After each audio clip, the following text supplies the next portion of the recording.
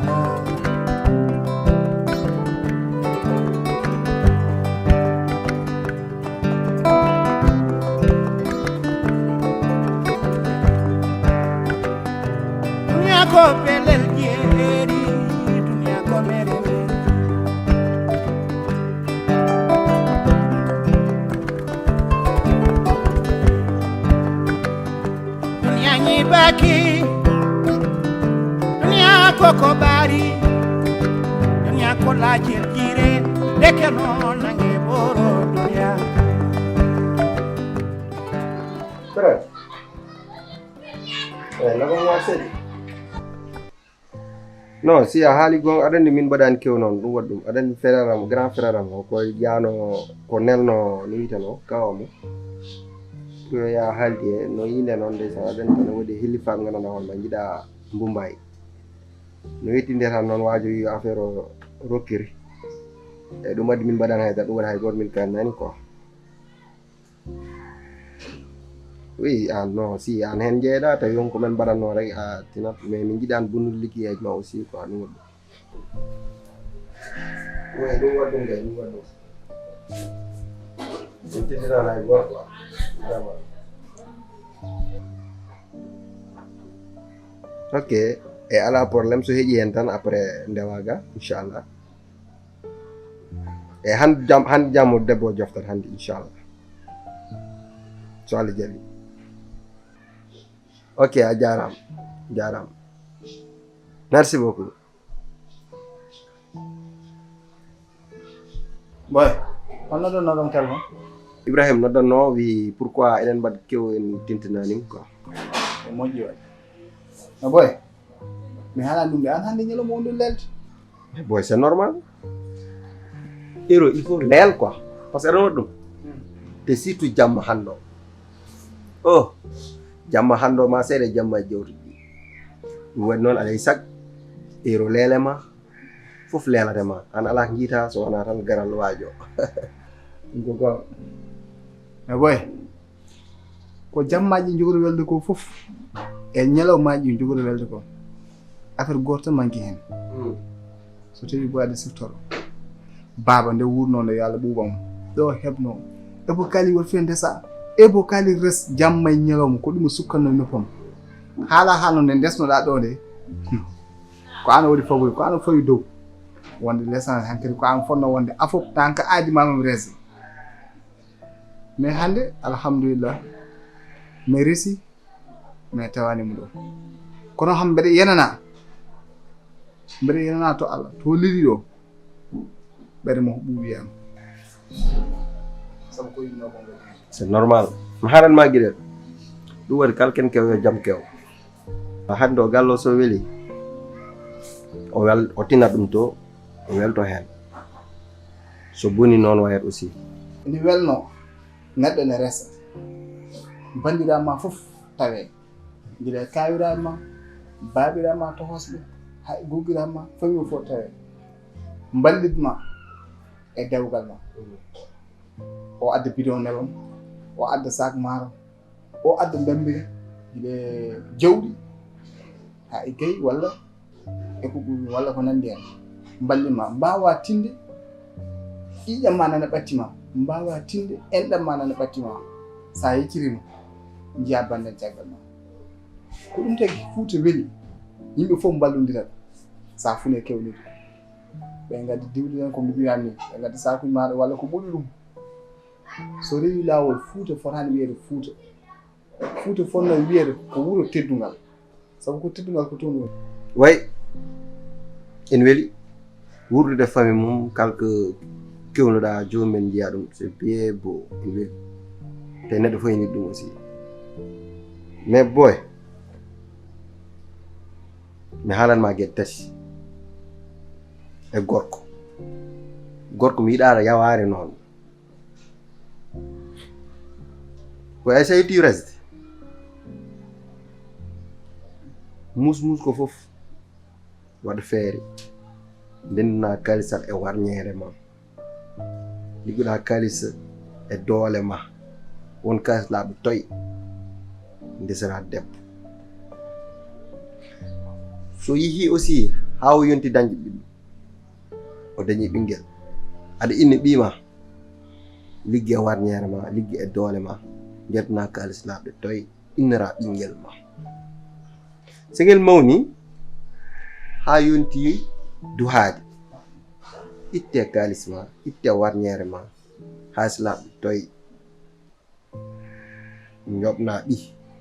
duho c'est très important. Tu sais pourquoi? Jaman hande o welani munsi kalko neɗɗo waɗi hande tan ma haaloy janggo te frère welani janggo neɗɗo daro wima sino wonani min a dañta debbo walla wima sino wonani min a innita ɓinguel ma ina wawi ruttade ha wima boom sino wonani min hanti ɓinguel ma wonta ɗo en doƴƴo so dañi hande debbo min dohimo tan yawar naata ɗum waɗi noon waɗi gueɗe keeɗo baddiɗo gorko yo liggo ha maayi eto pour waɗande ɗum hoore mum c'est très très très important. boy welani ha welami e haali gonga celluɗo kaga sabu so rewi lawol comme no mbiɗa ni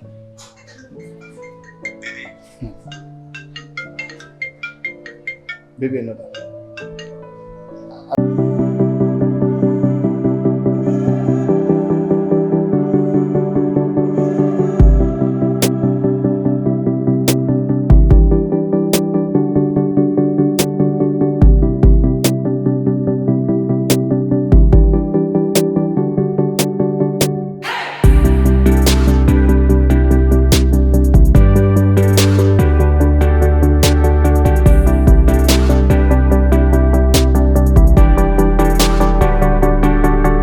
lahangal diñori ni ya diñornode suudu ma andude wini min goggo ma komi juuriɗo kooni komi gondude koodi wonede Allah hokki kam e nder suudam ɗo yalla hokkuma ɗum yalla hokkuma toon dañde ɓesgu baba adama ya dañ toon ko rewi asko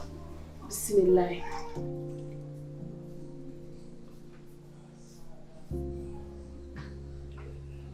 yo wando wayello yo male no malde no adini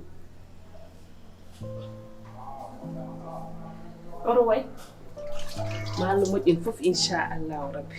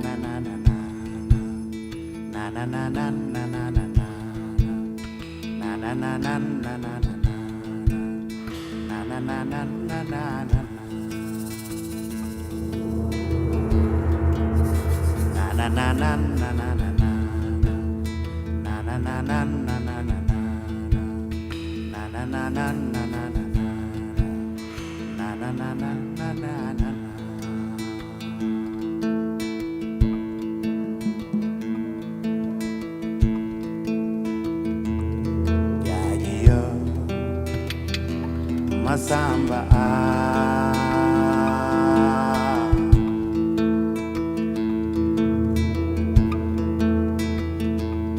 Yaji non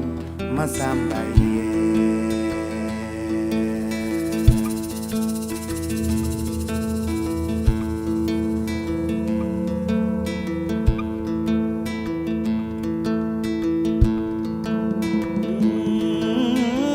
Penda nenam tinno indet sudu mada to pito da jom kalle mada ko dum woni faro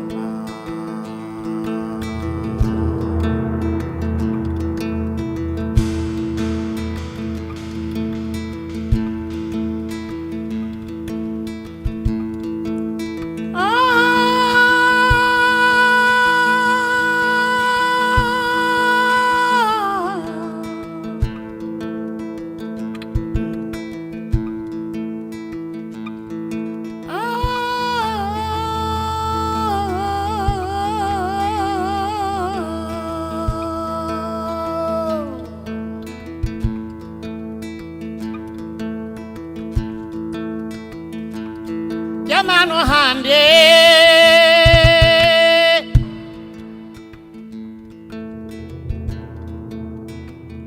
ko jamano rewbe kame sukabe yetana rarai hey